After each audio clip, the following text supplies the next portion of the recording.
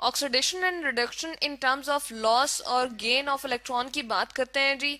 Oxidation और reduction की बात करने लगे, लेकिन हम किस सिलसिले किस हवाले से करेंगे जी बात? इलेक्ट्रॉन के हवाले से, ठीक है। इलेक्ट्रॉन या तो लॉस हो रहा होगा या फिर गेन हो रहा होगा किसी भी केमिकल रिएक्शन में। जैसे कि अगर मैं जर्नल सा एक यहाँ पर केमिकल रिएक्शन लिखूं कि मैंने लिया कोई एक एलिमेंट, ठीक है, इसके अंदर एक प्रोटॉन मौजूद है, ठीक है, जिसके ऊपर कितना चार्ज है जी?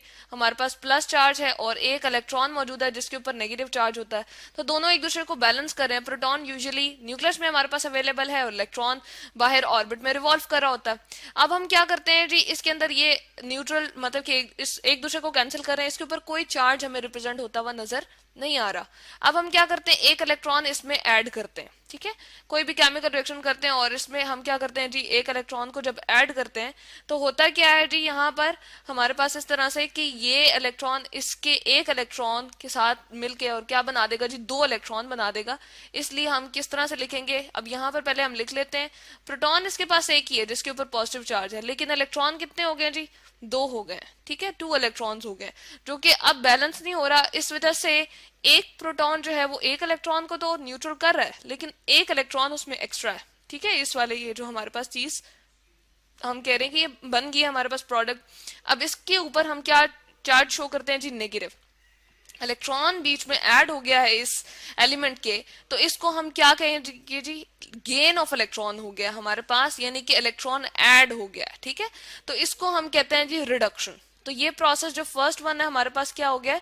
रिडक्शन हो गया। अगर हम इसी को ए को ही ले लें जिसके अंदर क्या है जी, एक प्रोटॉन पॉजिटिव जिसके ऊपर चार्ज था, ठीक है, और एक ही इलेक्ट्रॉन इसके पास जो था वो अवेलेबल था, न्यूट्रल था ये, ठीक है, यानी कि जितनी पॉजिटिव की क्वांटिटी है प्रोटॉन की क्वांटिटी उतनी ही इलेक्ट्रॉन की क्वांटिटी है। अब हम क्या करते हैं, इसमें से इलेक्ट्रॉन जो है वो लॉस करवाते हैं, यानी कि निकल जाता है किसी भी तरीके से, केमिकल रिएक्शन हुआ और इसमें से इलेक्ट्रॉन निकल गया। तो अब इसके पास क्या रह जाएगा जी, हम यहाँ पर लिखते हैं सिर्फ और सिर्फ एक प्रोटॉन रह जाएगा जिसके ऊपर पॉजिटिव चार्ज है, ठीक है। इलेक्ट्रॉन इसमें से हमने क्या प्रोडक्ट करके यहाँ पर शो दिखा कर देते हैं जी, यहाँ पर हमें दिखा देना चाहिए कि प्रोडक्ट में वो हमारे पास क्या हो गया, रिमूव हो गया। वन इलेक्ट्रॉन जो इसके पास मौजूद था वो निकल गया है, जिसकी वजह से यहाँ पर पॉजिटिव इसके ऊपर चार्ज आ जाएगा। अब इलेक्ट्रॉन लॉस हो रहा है, यहाँ पर क्या हो रहा है जी, इसको हम इस तरीके से रिप्रेजेंट कर देते हैं, लॉस हो रहा है। जब निकल रहा है इसके अंदर से इलेक्ट्रॉन, तो अब इसकी क्या हो रही है, ऑक्सीडेशन हो रही है। यानी कि ये जो सेकंड स्टेप है हमारे पास, ये क्या है जी, ऑक्सीडेशन है, यहाँ पर हम लिख देते हैं, ठीक है। और जो फर्स्ट प्रोसेस है हमारे पास वो क्या है जी, वो हमारे पास रिडक्शन है, यानी कि इलेक्ट्रॉन का ऐड होना उसको हम रिडक्शन कहते हैं। यहाँ पर हम लिख देते हैं जी रिडक्शन। और जो इलेक्ट्रॉन हमारे पास निकल जाए, ठीक है, उसको हम क्या कहते हैं, ऑक्सीडेशन कहते हैं जी। यहाँ पर एन कंप्लीट करके लिख देते हैं। अब इसको हम किसी भी केमिकल रिएक्शन से समझने की कोशिश करते हैं।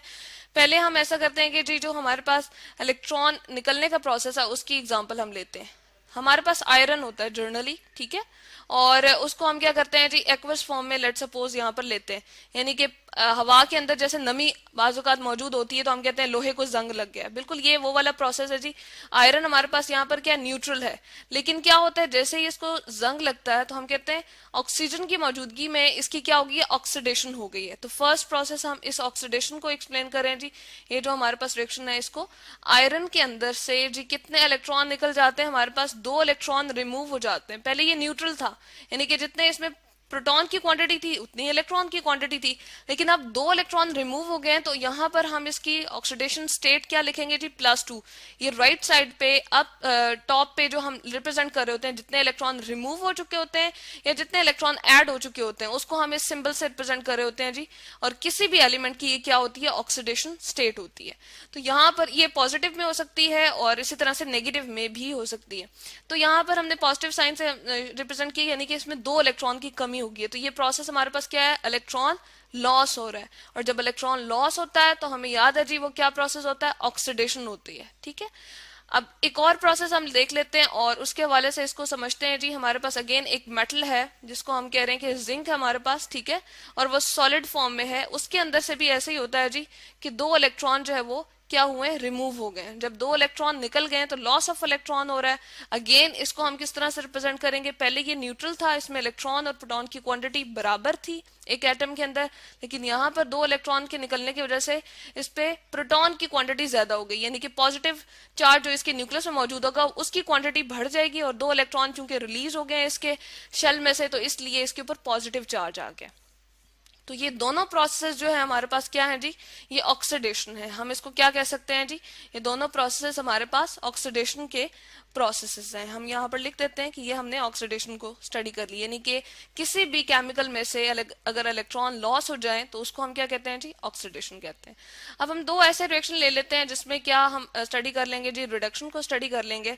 हमारा थर्ड रिएक्शन आ जाएगा, यानी कि अगर एडिंग ऑफ इलेक्ट्रॉन की बात करें, एडिशन ऑफ इलेक्ट्रॉन की बात करें, यहाँ पर हमारे पास क्लोरीन गैस थी, ठीक है, और उसके अंदर जी हमने दो इलेक्ट्रॉन ऐड कर दिए, शामिल कर दिए उसके अंदर, तो क्या होगा, ये क्लोरीन गैस को जो कि हमारे पास मॉलिक्यूल की फॉर्म में थी उसको किस में कन्वर्ट कर देगी, दो क्लोराइड आइंस में कन्वर्ट कर देगी। यहाँ पर हम लिखते हैं जी Cl नेगेटिव, तो दो क्लोराइड आइन बन जाएंगे। एक इलेक्ट्रॉन एक क्लोरीन के पास चला जाएगा। इनिशियली अगर मैं रिप्रेजेंट करूं तो इनके दरमियान कोवलेंट बॉन्डिंग इस तरह से बनी होती है जी, दोनों एक दूसरे से इलेक्ट्रॉन शेयर, आउटर मोस्ट वाले इलेक्ट्रॉन जो है, जो इसके पास तकरीबन आप कहते हैं कि 7 इलेक्ट्रॉन होते हैं, इसको एक एक इलेक्ट्रॉन पूरा करना होता है ताकि इसका ऑक्टेट कंप्लीट हो, तो 7 इलेक्ट्रॉन की मौजूदगी होती है। यहाँ पर हम चले रिप्रेजेंट कर देते हैं एक के साथ, तो इसने बॉन्ड बना लिया जो कि यहाँ पर हमें नजर आ रहा है। बाकी इसके पास जो है वो 6 इलेक्ट्रॉन मौजूद होते हैं, और यहाँ पर इसके भी क्या है जी, 7 इलेक्ट्रॉन आउटर मोस्ट शेल में, पहले में 2 होते हैं, अगले में 8 होते हैं, और आखिरी वाले में 7 होते हैं, तो 17 इलेक्ट्रॉन वैसे इसके प्रेजेंट होते हैं। कोवलेंट बॉन्डिंग इसने बनाई हुई थी, एक इलेक्ट्रॉन इसके पास चला गया, एक इलेक्ट्रॉन इसके पास चला गया, तो इसको क्लोराइड आइंस में सेपरेट कर देगा, ये बना देगा क्लोराइड आइन 2। तो अब एडिशन ऑफ इलेक्ट्रॉन हो रही है, इसको हम क्या कहेंगे, गेन ऑफ इलेक्ट्रॉन, और इसको हम कहते हैं जी रिडक्शन हो रही है। इसके बाद एक और प्रोसेस हम लेते हैं केमिकल, और उससे इस चीज को खत्म करने की कोशिश करते हैं, समझते हैं जी। 2H+ हमारे पास थे, यानी कि 2 हाइड्रोजन आइन थे जिसके पास सिर्फ और सिर्फ प्रोटॉन था। जैसे कि हमें पता है कि एक ही प्रोटॉन इसके न्यूक्लियस में मौजूद होता है हाइड्रोजन के, और एक ही इलेक्ट्रॉन होता है नॉर्मली इसके शेल में। जब एक इलेक्ट्रॉन वो रिमूव हो गया तो ये किस में कन्वर्ट हुआ है जी, हमारे पास हाइड्रोजन आइन में कन्वर्ट हुआ है, और हाइड्रोजन आइन में सिर्फ और सिर्फ एक प्रोटॉन होगा। यही वजह है कि इसके ऊपर पॉजिटिव चार्ज प्रोटॉन के ऊपर भी होता है, और हाइड्रोजन आइन के ऊपर हम रिप्रेजेंट करते हैं। यहाँ पर हमने 2 हाइड्रोजन आइन दे दिए, ठीक है। ये किसी भी एक्वस आपके पास प्रोसेस में हो रहे होंगे, यानी कि कोई भी केमिकल रिएक्शन चल रहा होगा, तो वहां पर हमारे पास क्या है जी, ये 2 हाइड्रोजन आइंस होते हैं, ठीक है। और इसके अंदर हम क्या शामिल कर देते हैं जी, चलें इसको हम थोड़ा सा इधर करके शो करते हैं। 2 इलेक्ट्रॉन हम शामिल कर दें तो एक हाइड्रोजन आयन को मिल जाएगा पॉजिटिव को, और दूसरा इलेक्ट्रॉन जो दूसरे हाइड्रोजन आयन के पास चला जाएगा, और इस तरह से हमारे पास ये 2 हाइड्रोजन एटम बनेंगे, लेकिन वो फौरन से एक दूसरे के साथ बॉन्ड बना के हाइड्रोजन गैस बन जाएंगे। यहाँ पर हम जैसे कि लिख रहे हैं H2 गैस बन गई। तो अगेन यहाँ पर क्या हुआ है, हमारे पास दोनों प्रोसेस सेम है, गेन ऑफ इलेक्ट्रॉन हुआ है। जब गेन ऑफ इलेक्ट्रॉन होता है तो उसको हम क्या कहते हैं जी, रिडक्शन कहते हैं, जो कि हमने यहाँ पर शो कर दी है। तो इस तरह से हम यहाँ से रिप्रेजेंट कर सकते हैं कि हमारे पास जो गेन ऑफ इलेक्ट्रॉन होता है, ये दोनों प्रोसेस में हमारे पास क्या हुई है जी, रिडक्शन हो गई है, ठीक है।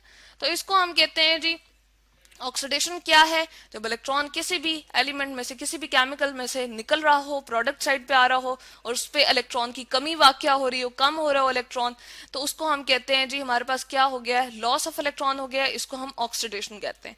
जब इलेक्ट्रॉन ऐड हो जाए किसी भी केमिकल स्पीशी में, किसी भी केमिकल के अंदर, किसी भी एलिमेंट में, या किसी भी कंपाउंड के अंदर भी, तो उसको हम क्या कहते हैं जी, हम कहते हैं ये हमारे पास रिडक्शन होगी। ये दोनों प्रोसेस हमारे पास एडिशन ऑफ इलेक्ट्रॉन के नजर आ रहे हैं, और इस तरह से ये इनके अंदर ऐड हो रहा है इलेक्ट्रॉन, दोनों इलेक्ट्रॉन दोनों एलिमेंट्स के पास जा रहे हैं, और क्या बना रहे हैं जी, एक दफा क्लोराइड आइन और हाइड्रोजन गैस बना रहे हैं। जबकि यहाँ पर 2 आइंस बन रहे थे, आयरन आइन बन रहा था और जिंक आइन बन रहा था। तो इस तरह से हम कहते हैं कि ये हमारे पास ऑक्सीडेशन हो रहा है, और ये हमारे पास रिडक्शन हो रहा है, क्योंकि इलेक्ट्रॉन इसमें से ऐड हो रहे हैं इसमें, और यहाँ पर इलेक्ट्रॉन रिलीज हो रहे हैं, लॉस हो रहे हैं। तो इसको हम कहते हैं जी oxidation and reduction in terms of gain और लॉस ऑफ इलेक्ट्रॉन।